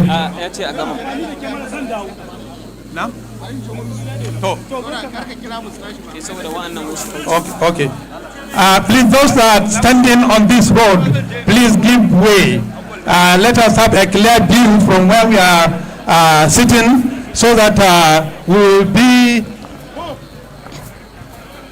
accurate in what we are informing the millions of Nigerians and other people that are watching this globally via TVC and other channels like MPS and other online media that are transmitting or translining this event live. So please let us have clear view. Only those that we have invited for taking their leave, paying the last homage, they will be at the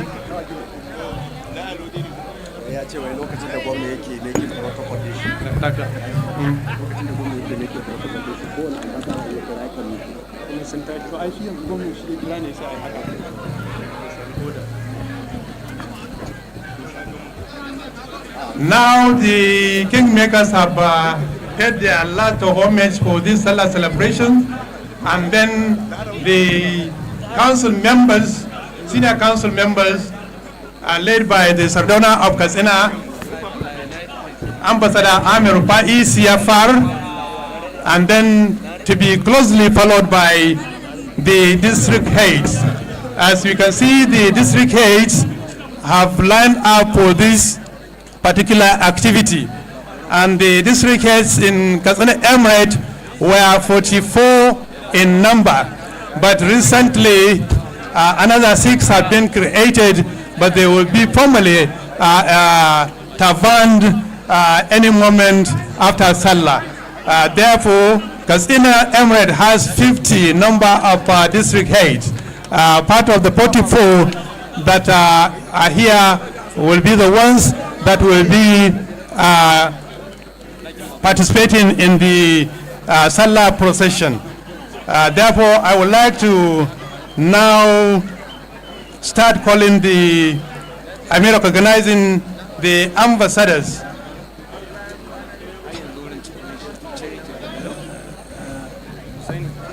Let's have the congested view then, so that we will take this activity appropriately.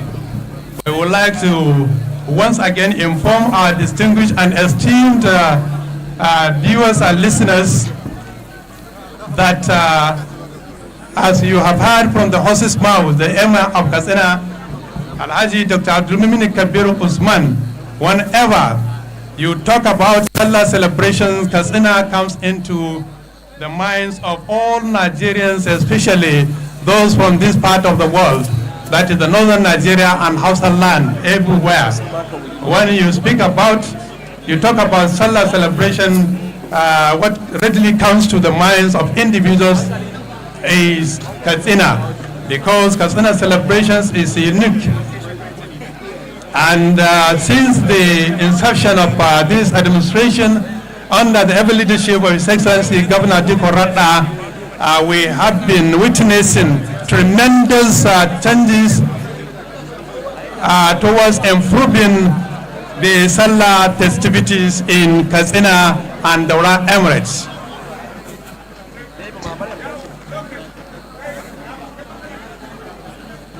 Now the district heads are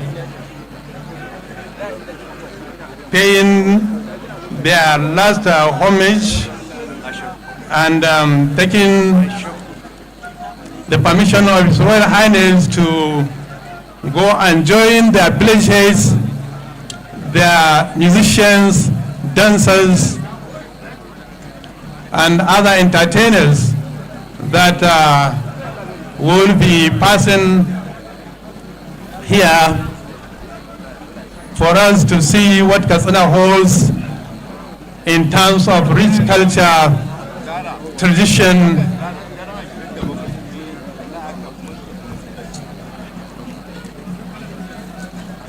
So as soon as the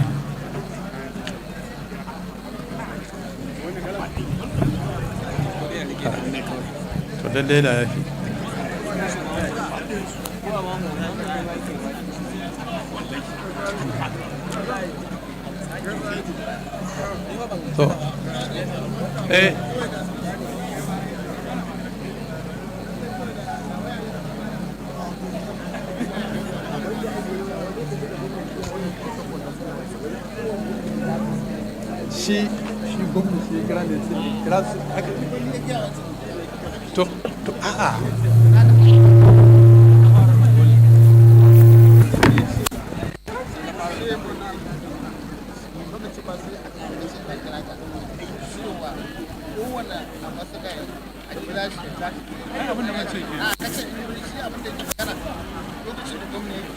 ni ne ke cewa ba haka ba gwamna ya ce ka kira su kai bayan kowa ne ke ya can suna gaisuwa mu yayin sun gama sau kuma sai a yi saboda ai kaga a haka ba mu san sunan su ba amma nan in muka kira su kowa ya san sunan shi yes duk wanda muka kira san sunan a cikin abin da ya sa excellency na ji ya kira sunan su duk wannan ba shi ake ba an ce ma yayi haka amma kuma ya kira ya ba da umarni ana so a sake kira okay to sorry ina so a sake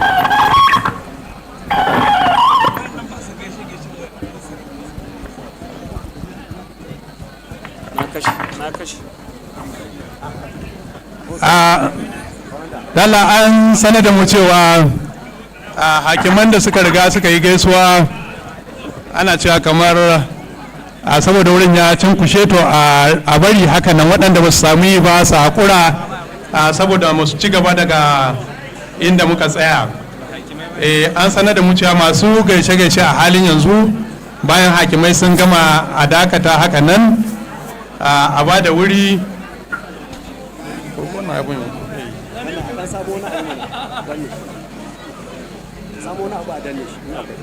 samu wani abu a dora mashi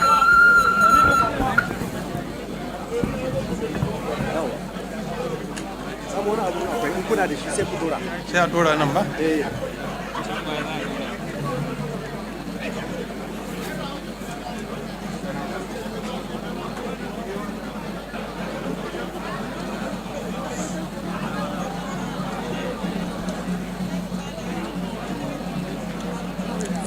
now the all important guests, the ambassadors, are coming down to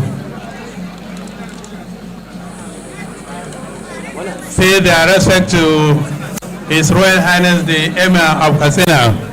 They are being introduced by His Excellency the Governor of Katsina State, Madam Diko Umar Rada, the head of the delegations of the ambassadors is the Belgium Ambassador, His Excellency Peter Lennet. Ambassador Peter Lennet, the ambassador of Belgium in Nigeria, is leading the diplomats that came to Katsina purposely to be celebrating this grand Dava. In his entourage, we have His Excellency the Ambassador of Egypt, Mohammed Ford. Mohammed Ford is the Ambassador of Egypt. and he is on the entourage of the Belgian ambassador. We then have His Excellency Dent van Luc Recent.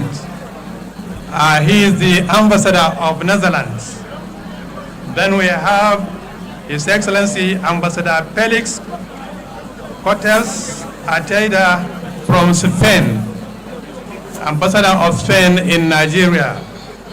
We then have the ambassador of Poland, His Excellency Michael Gen. He was here last Eid al-Fitr, and today he has also made it himself that he has to make it to Katsina because of what he had seen last year.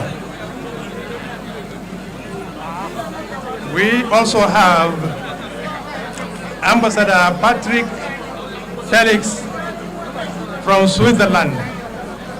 We have Ambassador Yusuf Muhammad Ahmed Al-Hel.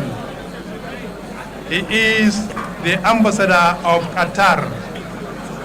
We also have Mr. Martin Posterbeck from Slovakia, all the way from Slovakia. His Excellency, the ambassador of Slovakia in Nigeria, is also part of this year's celebration. We would like to also inform this gathering that we have the Argentinian ambassador, Mr. Nicolas Prazo, is also here in Katsina. We have the ambassador of Congo, Ambassador Pascaline Jerobo. We also have Mr. Jacopo Potti, the Italian ambassador CDA to Nigeria. We have Fanat Odoko from Congo Brazzaville. He came along with his wife, Mrs. Farida Yusuf. We also have His Excellency N.O. Jude from the International Peace UN, United Nations.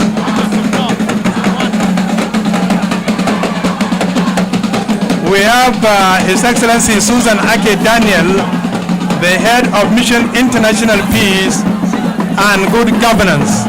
She is also part of this important team. We have His Excellency Prince P.A. Ladisil. Ladisil is also part of these great guests. We have His Excellency Umar Usman Machika, PhD, head of Mission Ghana. We have His Excellency Madika,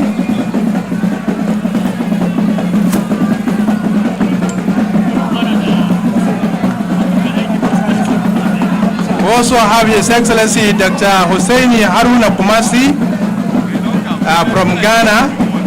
We have His Excellency Mr. Mohammed Malik Fall, the Resident Coordinator, United Nations in Nigeria. We have Mrs. Gail Lever, OBE, Diplomat, United Kingdom, Deputy High Commissioner, United Kingdom.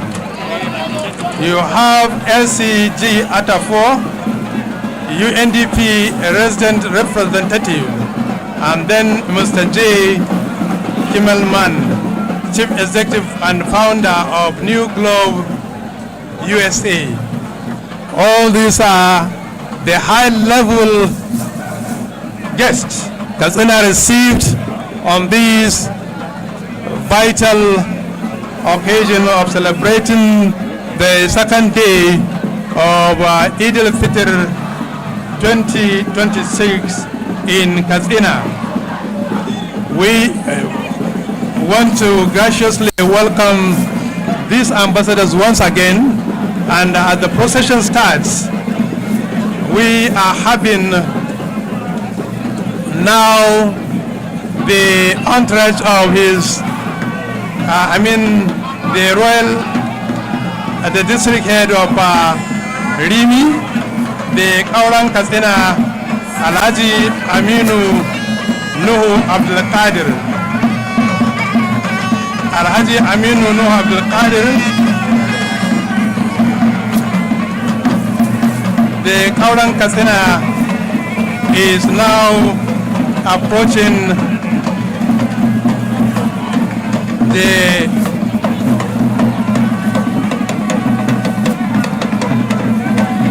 he is paying his homage to the Emir of Katsina and His Excellency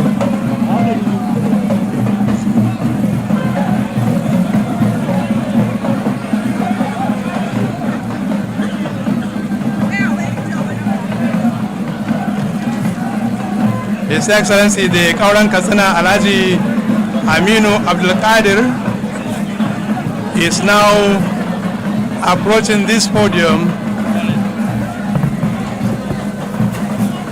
Garin Aminu Nuhu Abdul Qadir was born in May 1978.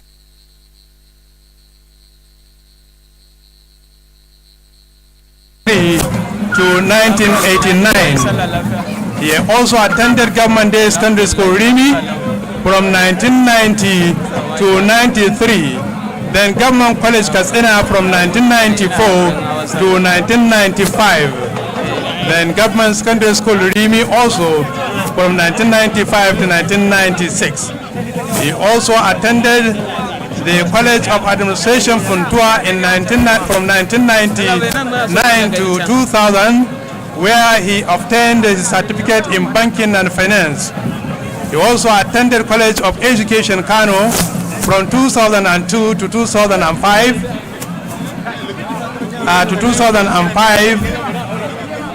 And then Garin Aminu Nuhu Abdul Qadir then obtained his certificate, diploma certificate in advanced diploma certificate from 2007 to 2009. His working experience include assistant cashier in the Treasury Department of Rimi local government. He also served as the departmental accountant in 1999 at the Department of Agri-Works. He also served as clerk at ESD Department and Administration. Garin Aminu Nuhu Abdul Qadir also served as District Administrative Accountant in 2003 and then became the Garin Katsina Wakilin Gaura, the Secretary of Garin Katsina for about 17 years. Alhaji Aminu Nuhu Abdul Qadir, the Garin Katsina, was tabbed as Garin Katsina on the 11th November 2022, and he was formally tabbed on the 17th December 2022. The appointment came on the 11th of November 2022, and then he was formally tabbed by His Royal Highness the Emir of Katsina on December 2022.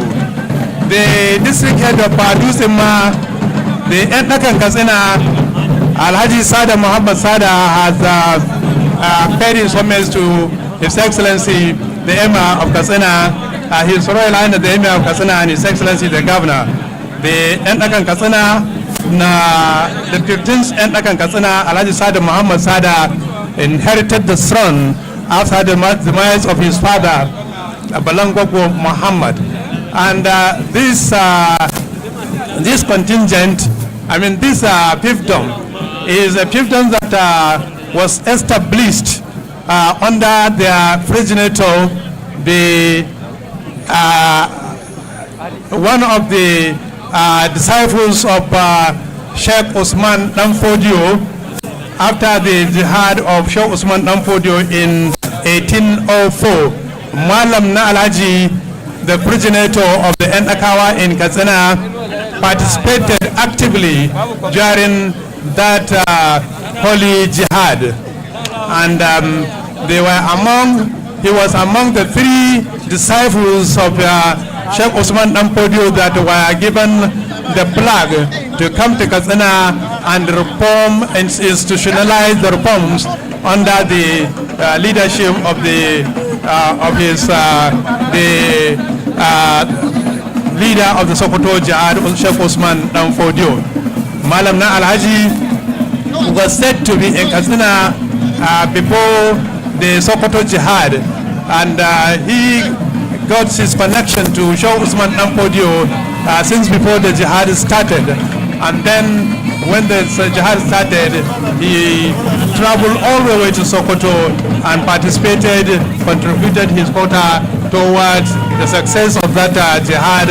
And then he was delegated by the brother of Sheikh Usman Dampodio, Sheikh Muhammad Bello, who, his son Bello, Muhammad Bello, instructed him to come down to Katsina along with the 2 disciples, his disciples, the first emir of Katsina after the jihad, Alhaji Umar Dallaji and Alhaji Umar Duniyawa. The 3 of them came to Katsina and make the reforms. And that was what established the district head of Dusima, the Endakawa, from 1806. That was after the jihad. Up to this moment, there are 2 another district heads from this lineage. We have the Magajim Malam, that's the district head of Dam Musa, and then the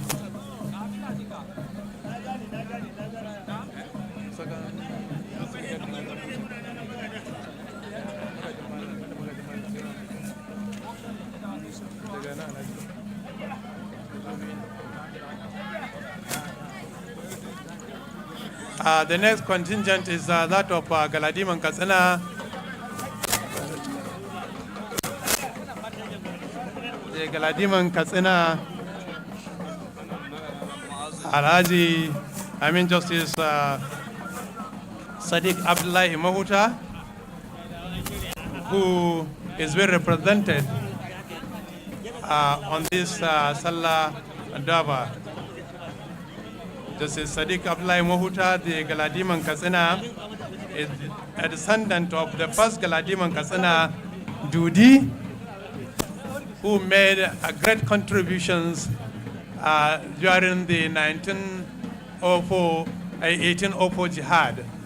Galadima Dudi contributed to the then Emir of Katsina, Alhaji Umar Dallaji. And under him there were 14 Galadima down to Galadima Mamman Nasir, GCON, who was later, the Dirkman Katsina is now paying his homage to the high table. The Dirkman Katsina, Alhaji Umar Babani Isa Mani, district head of Mani, is also a grandson to His Royal Highness the Emir of Katsina, Alhaji Muhammadu Dikko. He is the 22nd Derby of Katsina. He inherited this throne from his brother, Alhaji Sanusi Isa, who inherited from their father, Alhaji Isa Meishanu, and then Durbi Umaru, son of Emir of Katsina, Muhammad Dikko. The great history of this district is Emir of Katsina, Muhammad Dikko, was once Dirpin Katsina before he was appointed and turbaned as the Emir of Katsina in 1891. He served as Dirbin Katsina from 1891 to 1906. And now the next district is also approaching, which I want to believe is the Kankian Katsina Alhaji Musa Hassan Sada.